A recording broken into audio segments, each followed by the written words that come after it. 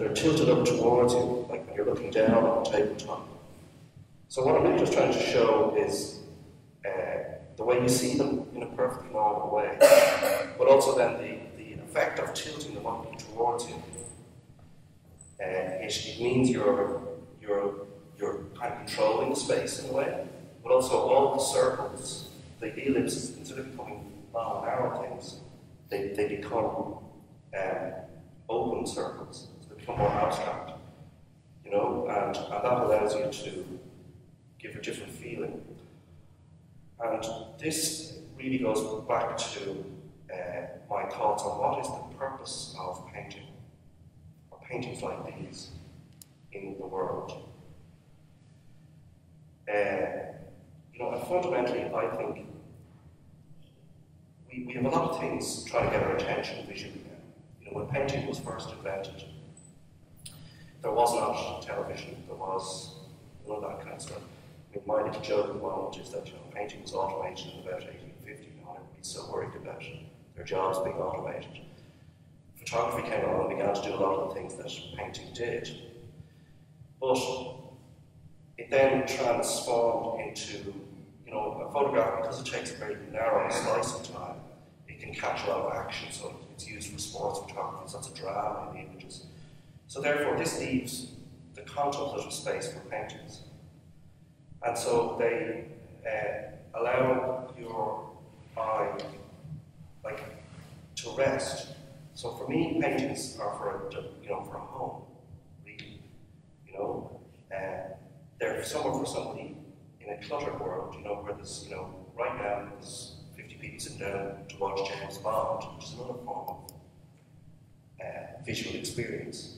You know what I mean? It's completely trying to keep your attention and throw your head around, and, you know, and it's almost too much. Do you know what I mean? Whereas these are supposed to be the exact opposite. They're deliberately boring. Is not quite the word, but you know what I mean? They're just, it's calm, repose, yeah, and you know, I mean, you should see my studio. It's a shambles, but in the middle, it's this sort of space where these things get placed, you know, and all of this is about, and that's. I also think by tilting the book, for example, it is giving you that calm sense of looking down and just saying, that's that there. You know, I mean, another thing, visual images are a language all of their own. I mean, I asked some school kids, I did a talk a few weeks ago here, I'll ask you all the same question. All of these paintings are missing something that you would normally expect in a painting. Does anybody know what it is? Signature, okay, so not as hard a question as I thought. But I mean, that's very deliberate. You know, there is some writing in those ones back there, but they're in the painting. But as I've gone on, I've begun to avoid writing. Because that's what I mean about your eye not being allowed to rest. You know, when you sit in your own kitchen, you're often confronted by you know, packaging and the newspaper, or maybe there's even a screen in the room, or maybe a screen in your hand, you know, and it's all coming at you with writing. And writing sets up a different kind of discussion in your head. These are quite deliberately avoiding that, because it's just supposed to hit you on an emotional level. And that's why abstract paintings work, and why I personally enjoy them, is because, you know, somebody asked me once, I don't understand the abstract painting. They said to me, what is it supposed to mean? And I said, it doesn't mean anything. Just worry about how does it make you feel.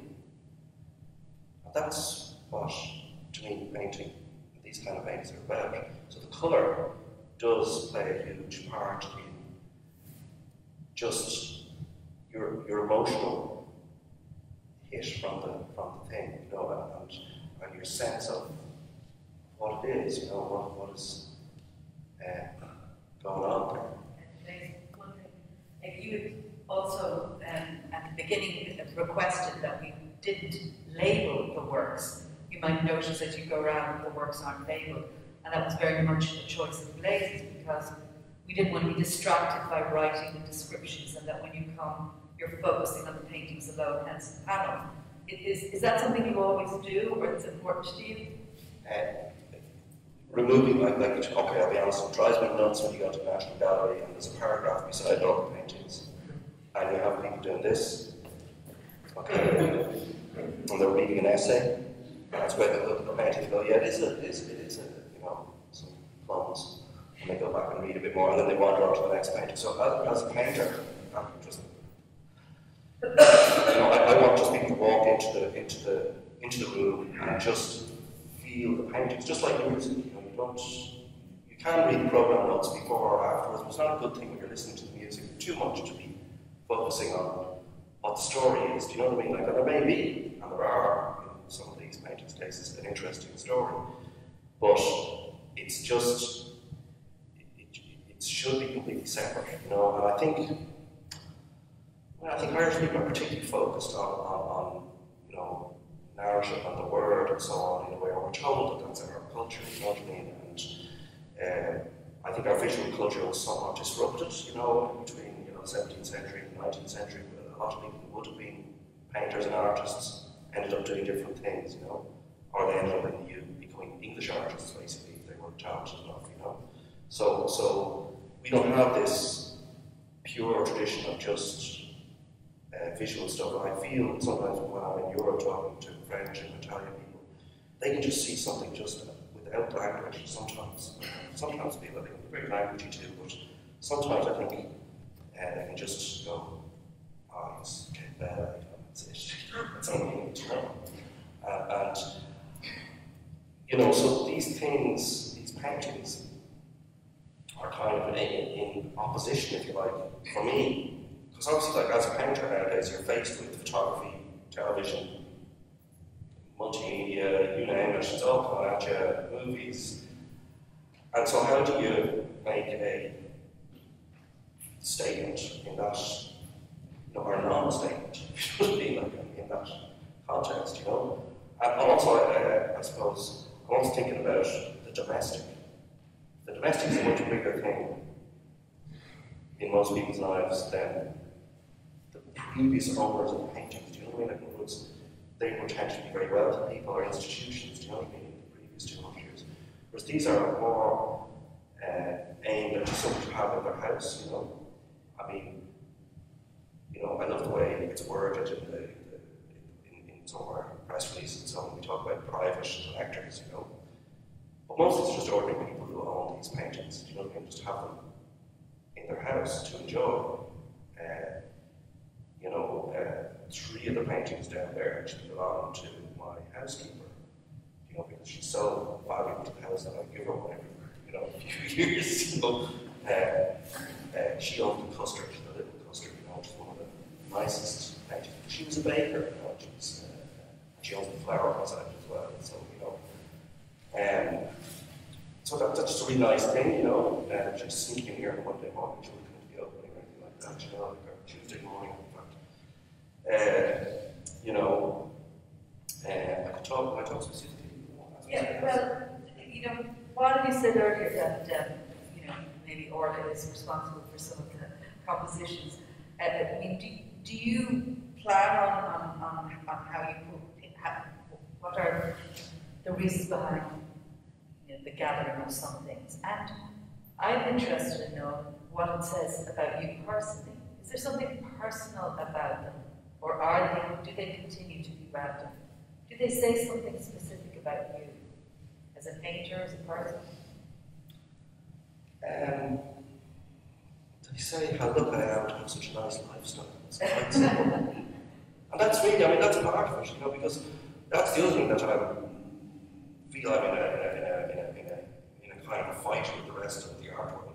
You know, like, people, it's as if it's really gritty, and, you know, it's a painting of the underside of a motorway, you know what I mean, and the tunnel going through them, and it really, you know, has a dead body, ideally, or something, you know, that's somehow real, or in inverted commas, more authentic, and the idea of things being authentic somehow validates them, do you know what I mean, and makes them worth doing. But to me, these are also real situations, you know. I mean, I walk into people's houses and I see a pile of cups like that, and I go, "Can I take your cups?" Like, and I just sort of, they were borrowed from a friend, you know. So you know, these are also real, you know, and beauty that we see all around us is also real. I do sometimes feel defensive about that, because it's a kind of because it's so nice or beautiful, then it's not, in our terms, the art terms, good. You know what I mean? So you know, it puts me in an oppositional kind of, you know, inadvertently. You know, I mean, the worst thing that could be said to you in our college when I was there was, "That's nice." That was absolutely, no one was in our college at the time with me, and you know what I mean? Like, Yeah, and they made nothing nice. yeah, but if they said that was nice, like, you know, if somebody comes and said, "That's nice," that was about as damning as it got, you know, in a criticism sense, you know. I think, you know, so luckily I moved to Kilkenny's 10 years after. I stopped painting for 10 years after I college. You know, I was quite good, but I literally just did not pick up a brush for 10 years. So when I was about 30, I moved to Kilkenny, and it was kind of like, it was just so beautiful. It was kind of be rude not to, but also I had time away from people who were in art college playing with me, like Cormac, who didn't show up, you know, they didn't come down. And sure enough, when somebody did show up a year and a half later, Tyke, he said, "Why are you doing these kind of paintings?" And you know, an art college person, like, what's the point? You know, and you're kind of, well, I don't have to explain. Like, by then, having given myself a year to paint, I was just enjoying it, and I felt self-assured. I'd also sold a couple, so that kind of, you know, that's affirmation of the most, you know, useful sort. And, you know, you're just kind of going, actually, you know, they don't have to mean anything. I'm not trying to make a point here. This is just a nice thing. But gradually, as you go along, there is a point. It's more, there's a point in all of them, maybe not in each specific one. You were asking were these randomly chosen. Well, I'm a very keen shopper at, you know, markets, you know, like, and you know, I like to find them real, you know. And I mean, even yesterday I was in my neighbour's orchard. The apples are just beautiful. They're like this, and they got the leaves all attached to them. It's because they're still on the trees because it's been such a mild October. I'm going to do some more apples in the next week, I think, you know. You know, so you're kind of asking me for meaning. It isn't there. It's a cumulative interest. You know what I mean? And you brought out that cumulative interest by narrowing it just down to still life. If there was a big, you know, 8-foot long painting on the side of the shed here, you could kind of bring the mood down, you know. So. Can I follow up that because you know, I wonder, do you have a favourite genre? Because you are so good at landscape and portraiture and still life. Do you think you use a different muscle for that type of work, or is it all the same? These are tricky questions. I should have done warning.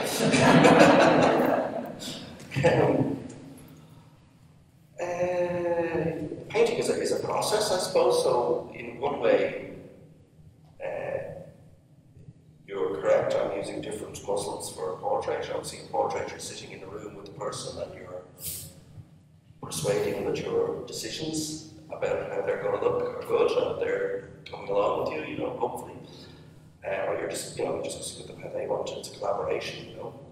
Whereas these, you know, I suppose I have total control here. I don't have total control over a landscape or a shed. So there's that sense of being able to build it. But like, I was very, at the beginning of that, when I began painting, I did a lot of still lifes because I'm just like an apple and a cup and a pair of shoes, and they were all around that size, you know. And you were just able to work out how the paint worked, but also in very small ways, you know, just do a little composition with a few notes, you know, and that's it. And you know, I'm not certain that more complicated still lives work. You know, even an entire table full of stuff, you know, like, and so I just felt more drawn to take things away than adding things in. And you get to focus on the one item. Okay. Suppose I wonder if you look at the history of still life painting. Has it informed how you've gone about your work? You recommended a very interesting documentary on YouTube, which I'd recommend people, if you're interested in still life, I really recommend you look it up. It's on Vimeo, and it's called The Story of Still Life by Liam McGardle, and it goes through the history and identifies from the Greeks onto the golden age of still life in the 17th century in Holland. But I wonder, have you looked at the history of still life? Would that have been something that would have informed you at all? Because actually quite a lot of the composition is similar. And I think the paring away and the simplicity of the composition is a good bit and is reflective of some of the better historical still lifes. I suppose I was more influenced by more contemporary painters like Unavailable and Claudio Brava and what's his name? Antonio Lopez. Not so much romantic. That was all the people I mentioned were being very realist, you know. But they.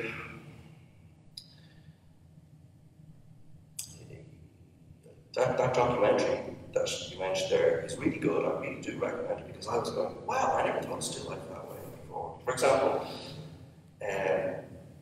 women artists were not allowed to paint history paintings during after the Renaissance all the way up to about 1850. They just weren't allowed to. They weren't allowed to paint figures, by all the academies. Which I have a lot to answer for because they're all men, of course. But this meant that a lot of extremely talented female painters ended up painting still lives brilliantly, like really exceptionally well. And I realised, that this whole idea of the domestic was a much bigger thing than I had realised before, just from that documentary the last 6 months I watched it, So I'm not really. It's much more modern painters I looked at, than obviously I looked at Chardin and so on, but not so much, much more the contemporary still life painters, Butler being the main one, and Claudio Brava and Antonio Lopez, the two Spanish painters that are kind of well worth checking out, to tell you, but they also have this very calm, minimal approach to the way that they painted, What the term was, one of the things that does come up in that documentary is if still life reminds us of our own mortality. What is the Memento Mori? Yeah. Not for you. Never felt that. I think perhaps we've gone through a couple of things, and if there's anyone in the audience that would like to pose a question to Blaise, or myself, whatever, and we might be able to generate some more conversation. Yeah, great. Yeah, I just wondered, should we try and get the walk down. Yeah, okay.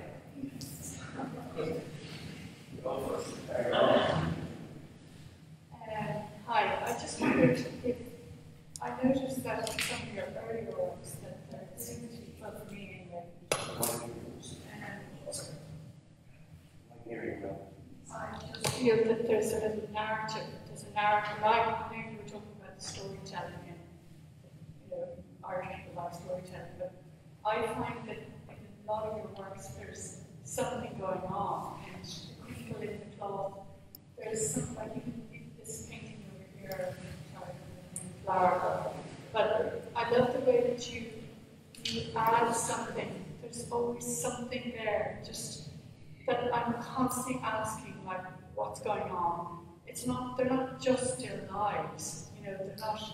You're kind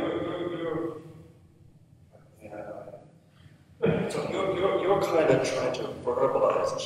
That's what it feels like to me. I don't mean that in a bad sense. I'm like, I don't know. I sit there, like, I can remember setting that up, you know, and count this what's like the fabric. I'm just crimping the fabric until it gets to a nice shape. So are you trying to make something interesting? Is your conversation interesting, or am I just looking for a story that isn't there? I think you're looking for a story that in most cases isn't there. In some cases it is there. But, you know, I mean, I have some good stories about individual paintings here, but it's like, I'm afraid what you have a story to say about that pot, everybody's going to think everything's just that interesting. No, that's actually not, you know, that's actually just a bowl of fruit, you know, and that's just a loaf of bread, you know, you know, and I happened to make a move, you know, in it pictorially just because that felt right. So it's not, it's about personal interpretation. yeah, it's flat from my point of view, and that's why the titles tend to be flat, like, you know, buttercups, you know, not something poetic about, you know, the life of a buttercup that's seen through the eye of a monkey, you know what I mean? Like, that's not very, I just made that go through to point that out. So, but you know what I mean? Like, it's not, there's nothing, I mean, there's not nothing going on, but a lot of it is just about getting to paint better. But you talk about things wanting them to be real, so there is something going on. You talk about the apples having the leaves on them, so you want them to be real, so there is something going on perhaps that you don't realize. Yes. Yes, but I don't realise that maybe that's just as well. Because I have set out to make paintings, as all artists do, that have a point.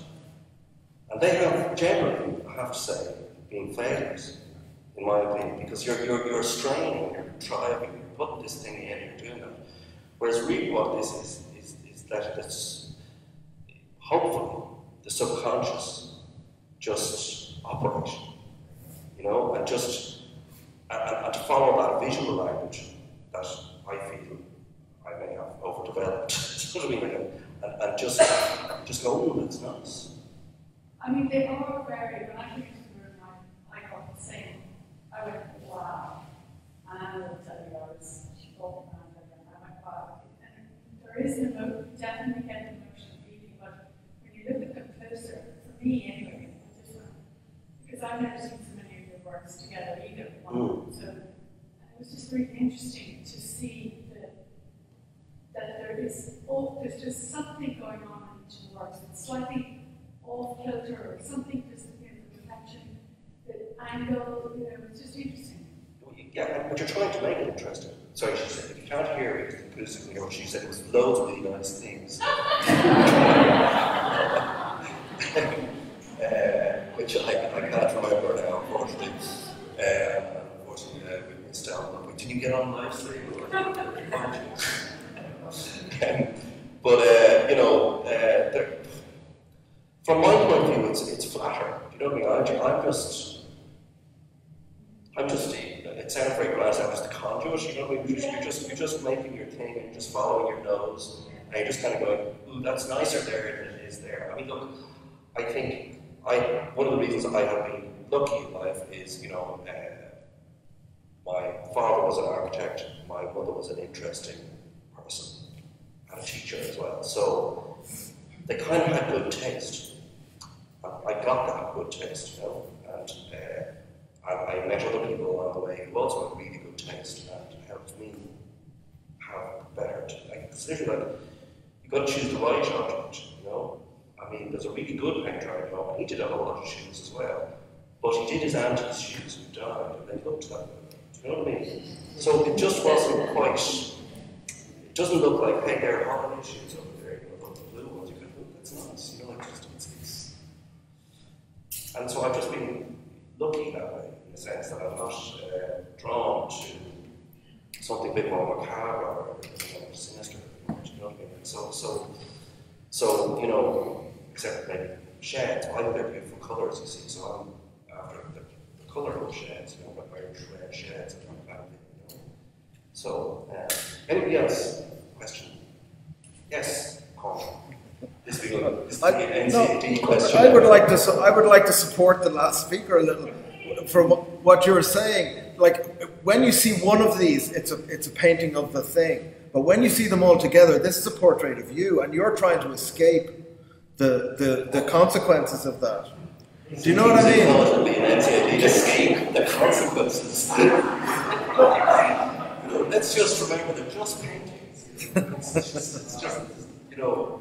At the same time, when I say they're just paintings, I mean the reason I paint, just speaking of consequences, the reason I paint and get up in the morning is because paintings last an awful long time. And I paint on gesso panel sometimes and on canvas in oil paint, because those paintings are, as I used to say when I worked in computers, they are a proven delivery platform. They last for 500 years. We know that because there's museums full of them. You know what I mean? So a little bit of care and attention over a 500-year period. And they last that long. And you know, my very long game is the audience of 500 years from now. So I think it's very important for even, you know, Anna did ask about the historical thing. I'm conscious of the future history more than the past history. In terms of like, people will look at those lands, you know, or those, you know, baby turnips there, you know, and go, wow, look at that, you know, they used to get vegetables like that. They weren't, you know, pureed or, you know, I've also discovered I'm a vegetarian painter, but not in life. there's no meat, you know, just kind of, no meat. I was looking through all the stuff, like there's more paints than this. So, but the consequences are very long term, and that's what I am interested in, is that, you know, people will see our brand, you know? In the same way you look at a 15th century or 16th century Dutch painting, you see, you know, the flagons of wine they had, the kind of fruit they were interested in, and the flowers and all that kind of stuff. And this carries a message into the future, you know, for me. That's what I'm really trying to do, and also to all the other paintings I make. But, you know, like I painted in school, that's an obvious one, you know.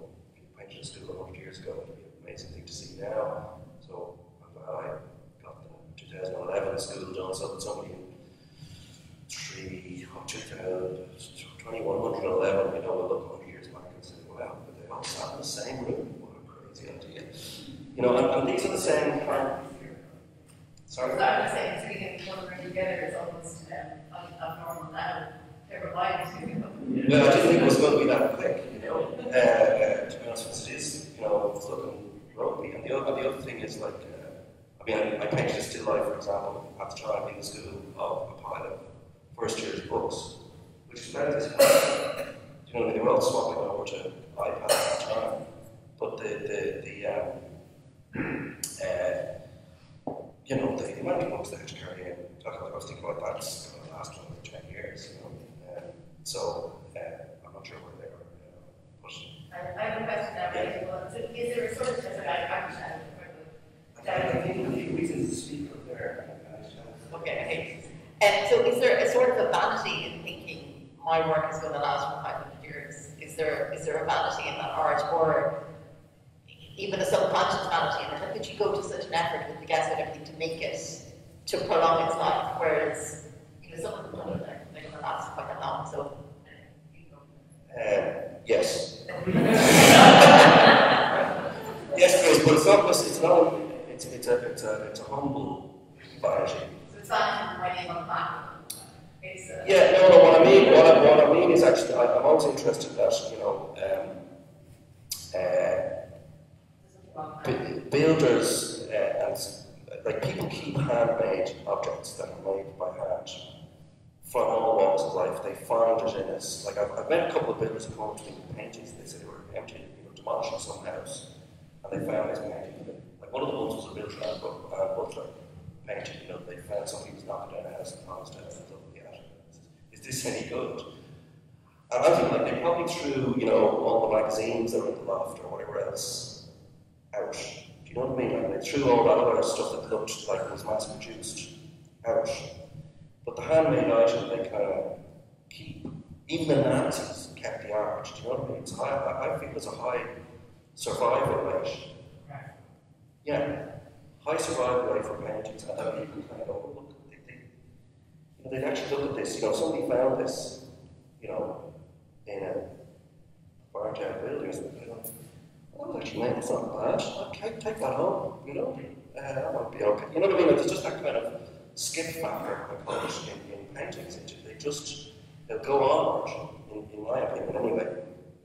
That their chances are better than. Sure, I mean, you've all got a few VHS tapes now, don't you? What do they do? It's all that kind of stuff. And that's the other thing actually when I began painting. I had come from computers. I was working doing CD-ROMs, and I was, it was a big thing. And I was doing, there was a vague talk of, the World Wide Web. It was all just text. But what I really liked about a painting was you just hung it on the wall and it'll work for 500 years.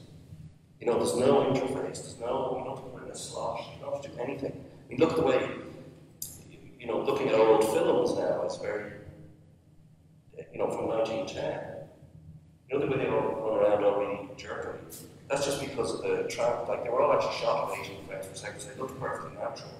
And then when they were transferring them to television, the old chaperone things in the 1950s, they realised the chaperone stuff and all that stuff looked more comical, a little bit sped up because they were cranking up to 24 frames per second. And they went, oh, it's quite good, we'll keep that. But they were actually chaperone was shown at normal speed in cinemas, I believe, in the 1920s, and you know what I'm saying? Like technology like that can mess things up. With these, I feel like they're like a time capsule. They're just going to work, forever, hopefully. And that's why I'd be looking at Velasquez's technique. So he uses a lot of oil, and these are all very oily, slick paintings. Oil images, and it's a very thin film of oily paint. And that's because, like with the Velasquez paintings, it's a really thin film of oily paint built up. They're very thin layers. They look painted, but they're actually oily and slick. And the canvas spots for the paint film does, they replace that. And so the Velasquez have already been relined, So I'm very keen on that's my goal. So, like in 300 years, if conservative comes along, you will always have a reputation of using the best materials. So that's going to be a very good thing. That's exactly the plan. I mean, I teach technical stuff, and I love saying to them, don't use any turpentine, don't use any thin air. Because it's going to break down the paint film. So it's on turpentine painting, it's an oil painting. People use a lot of. People go to the habit lately using a lot of turpentine, the open layers of painting.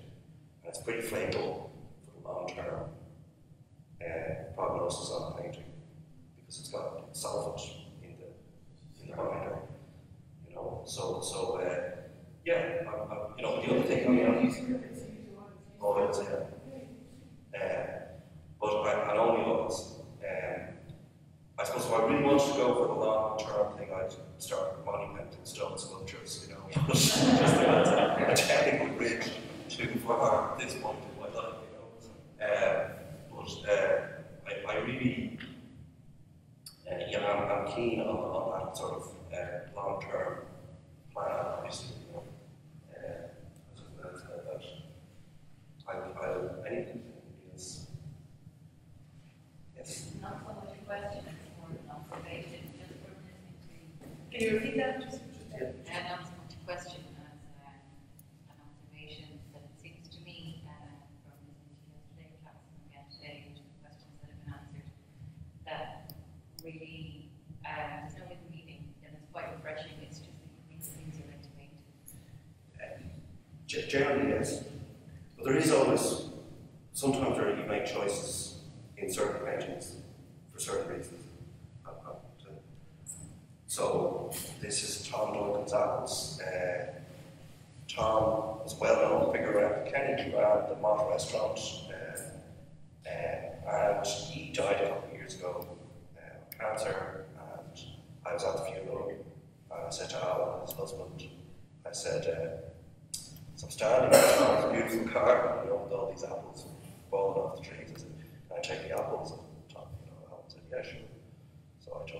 the apples and they ended up in that bowl. And, you know, so does that mean something? It just seemed appropriate. You know, then the problem is that somebody doesn't buy us that painting. Well, do I tell that backstory? I have actually, as it has happened. I mean, oddly enough, they were also a married gay couple, which was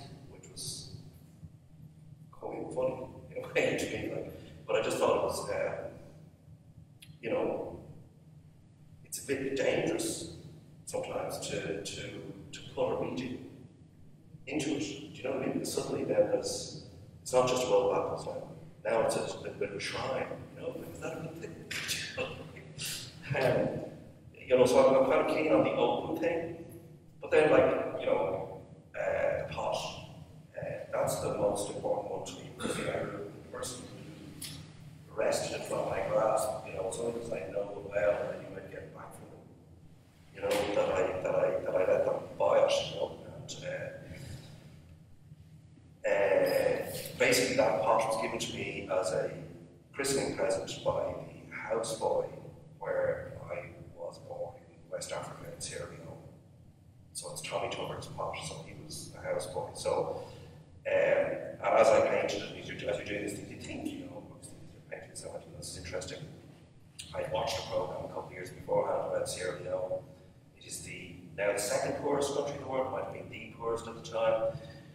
But, you know, what's basically happening is that they're mining, what's it called on bauxite? It's titanium. It's basically the raw material for titanium out of Sierra Leone.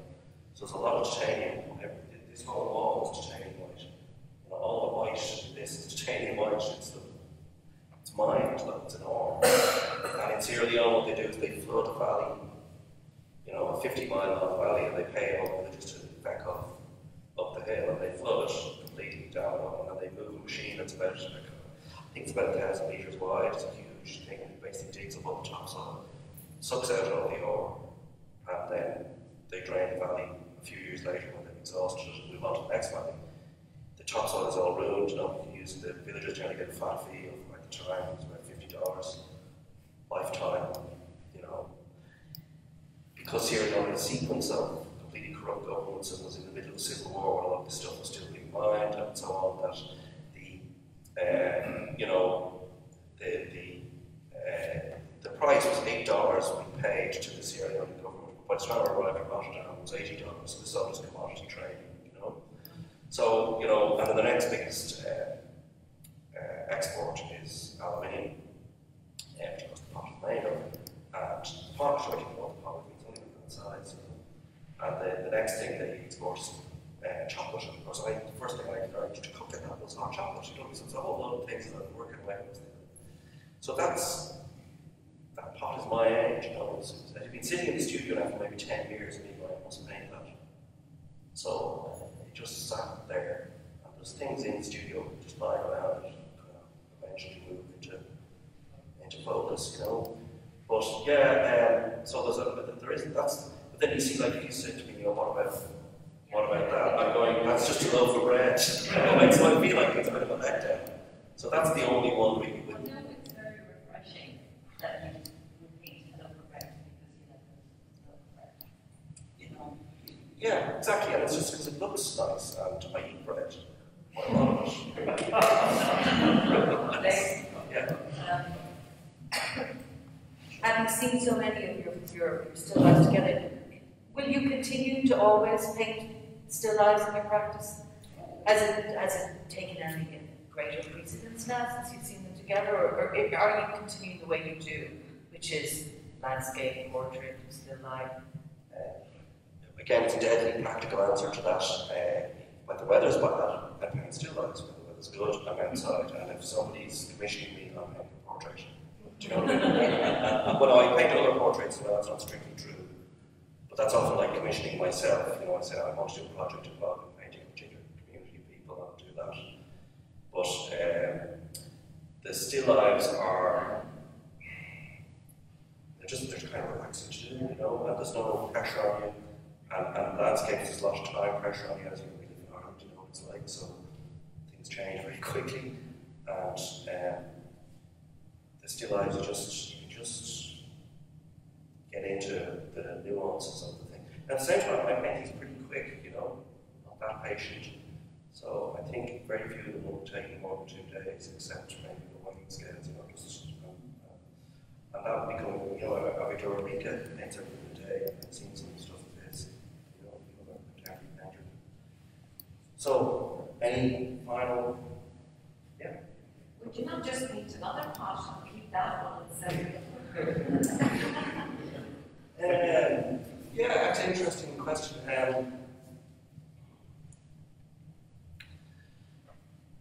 have done similar things, but never like exactly the same.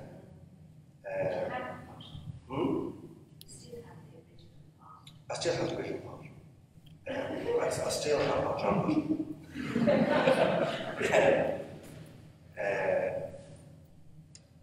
So,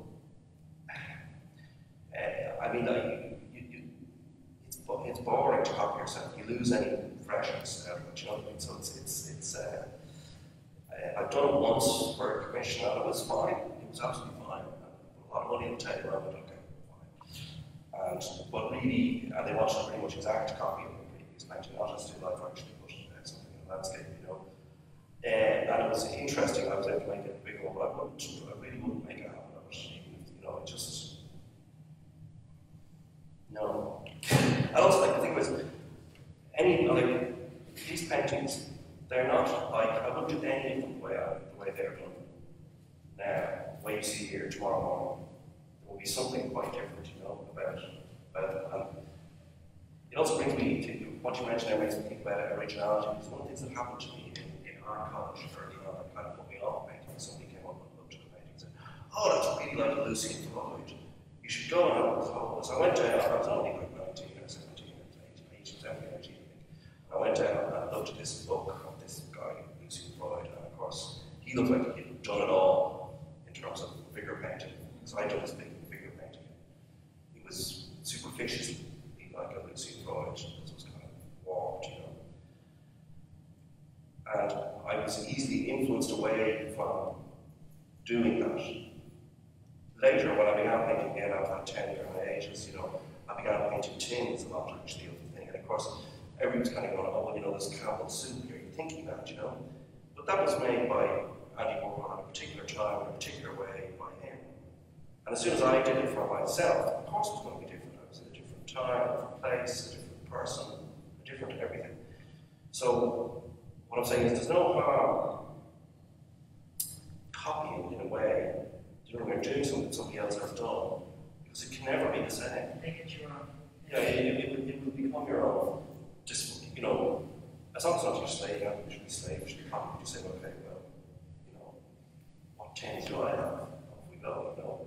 So, I mean, that was the other problem in art college for me. In fact, one of the last pieces I made in art college was a clock.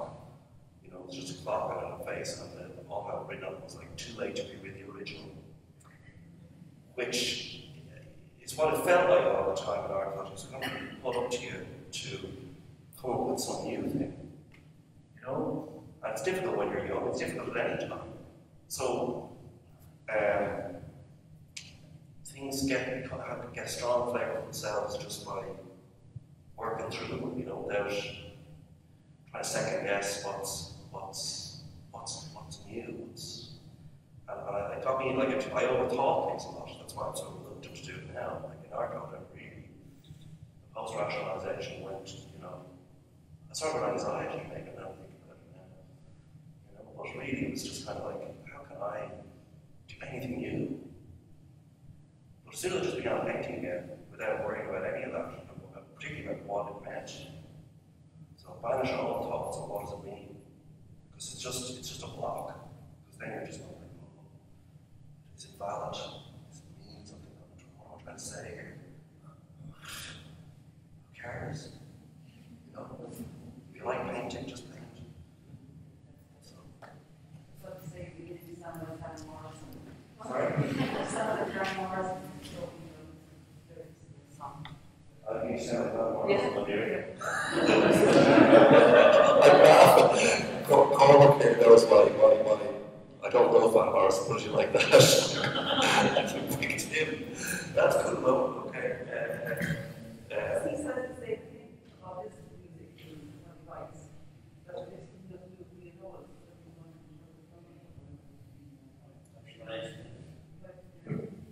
well, it's good actually, because it lets you off the hook. But it lets you off the hook to make it. Because otherwise you're trying to find a justification to get up in the morning, you know, and I have to admit I've battled with that sometimes. Why would you paint? It's very weird.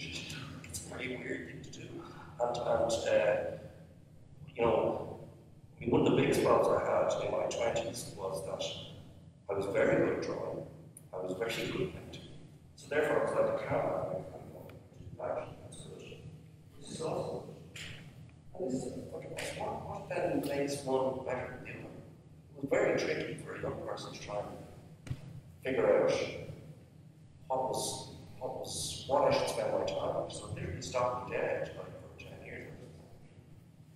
I have to do their own good. And especially when you have like Marcel Duchamp, you know, these found objects, and then painting, you pick up this chair, that person's scarf, you know, it's all a sign, it's art, right? You know, it's totally confusing. No, it's a much colder business decision.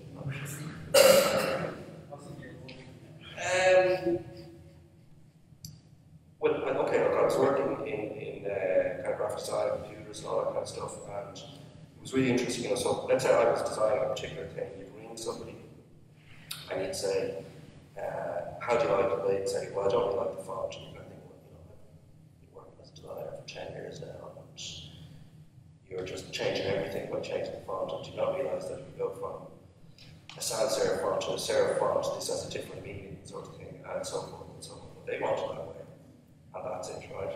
So then I decided I'd go back to painting, and the conversation's changed utterly in the next couple of years. It was like, you know, somebody really would say, I'd like you to do painting, and you'd say, okay, what would you like in place? You're the artist, you decide. And this was beautiful, and the other thing was that I never had to make a phone call to check what I was doing was, you know, okay, or part of the brief, or any of that stuff. I just had to solve what happened inside this rectangle without reference to anybody else, and it was just much easier. And the other great thing was it was a commodity that you brought into it with you put on the wall, and people could take it or leave it. It wasn't a kind of a service that you were selling or anything like that, or a consultancy or anything like that. It was, they could solidly just pick it up and put their money down and walk out. Just simplified things dramatically for me at about 30 years of age. Wow, this is great. But it was literally me going, I was a very good painter. You know, I was a child prodigy. I could paint as well as this at 17, close. You know, just not as colourful, actually, it's true. But, you know, and simply going back and saying, I can make money out of this if I do it right. I remember at the time I decided, around the month I decided that Lucy Floyd comes into the story again, he had sold a painting to the British Council, so it was one of the first paintings that they declared the amount of money. Was a government thing, it was something like 5.3 million. I said, well, that was a dirty job, and somebody's going to have to do it. As well, I may as well give it a shot. Why not? You know, and there you go. So it was kind of businessy. You know, it's kind of it is a business to me. You know. I'll just tell you one last story, and I'm going to wrap this up. There's a great story about Edgar Degas. And Edgar Degas, in his old age, was sitting in an auction room, and one of his dancers had come up for sale, and it sold for a lot of money. And a reporter rushed into the room, Degas, and said, Mr. Degas, your painting, the dancer, has just sold for 50,000 francs. And Degas goes, that's an amazing price. And he says, yeah, no, you sold it about 30 years ago for 500 francs. And Degas goes, yes, that's true. He said, but I'm like a racehorse, I only need the oats. And that's a great way, it's kept me sane, that particular way of thinking. Thanks very much, everybody.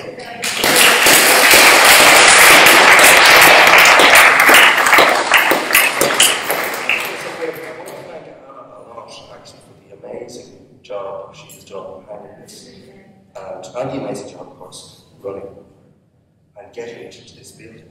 It's a little bit of a project you've been working on. Thank you.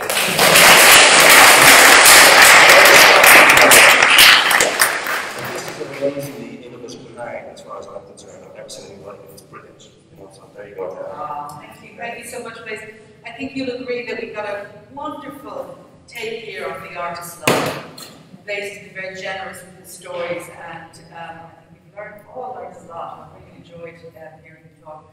I just wanted to mention to you that the gallery is open till 8 if you want to have a wander around the collection galleries, and also we have some beautiful cards by a lot of the paintings in the show, and packs for sale at the front desk if you're interested. It's a way of getting in. And mini Blaise on your mantelpiece or whatever.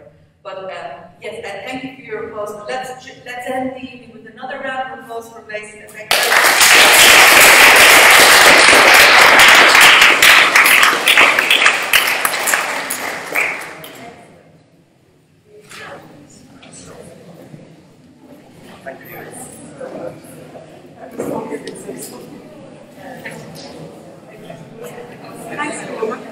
Do you think you got all that? Okay? Yeah. There was a little sound problem when Pauline came in and said that they were hearing. Oh, they were watching.